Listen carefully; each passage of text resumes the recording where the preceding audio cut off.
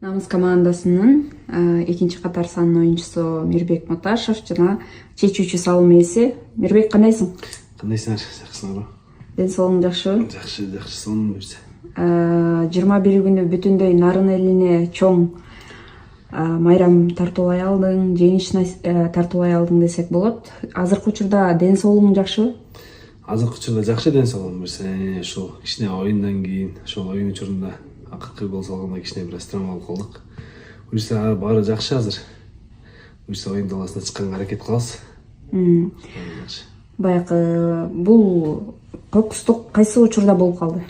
Ушул кокустук жана акыркы голду салгандан кийин ушул жерге түшүп калгам. Ошол жерге түшкөндө атым келип бутум басып кетти эле да, ошондо кичине травма болуп. Крас бастыбы же? Ошо красты сүзгөндө крас келип анан менин бутум басып кетти да. Ошол кичине травма болуп калды. Баары жакшы, Кудайга шүгүр азыр. Анда сага бекем ден соолук, оюн талаасынан күтөбүз. Ошо жеңиш үчүн рахмат. Алды. Намыс командасы 1,5 миллион сом алды. Ноорус майрамына ардалган көк бөрү боюнча республикалык мелдеш жыйынтыкталды. Бул чыгарылышта жеңүүчү командалар байге иретинде канча сомдон алышты айтып беребиз. Жогорку лигада 12 команданын ичинен сурулуп чыккан Наран облусунун Намыс командасына 1,5 миллион сом ыйгарылды. Эскерте кетсек, Намыс финалда кошумча убакытта ынтымакты утуп алган. Вице-чемпион болгон Таластын командасына күмүш медальдардан тышкары 750 000 сом берилди. Ал эми байгелүү 3-орунду алган Жалал Абад облусунун Шахтер клубу 500 000 сом менен сыйланды.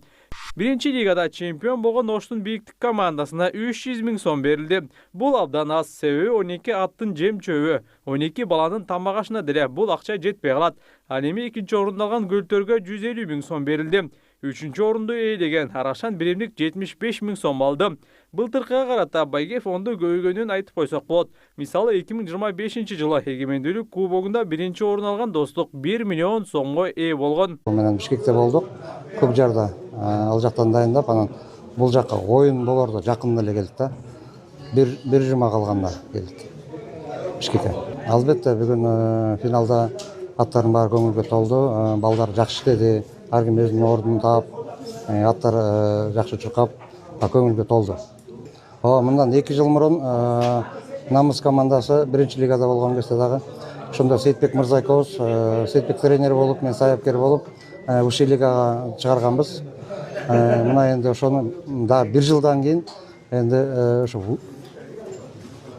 кайрадан чемпиондукту кайталадык. Чемпиондукту кайталадык.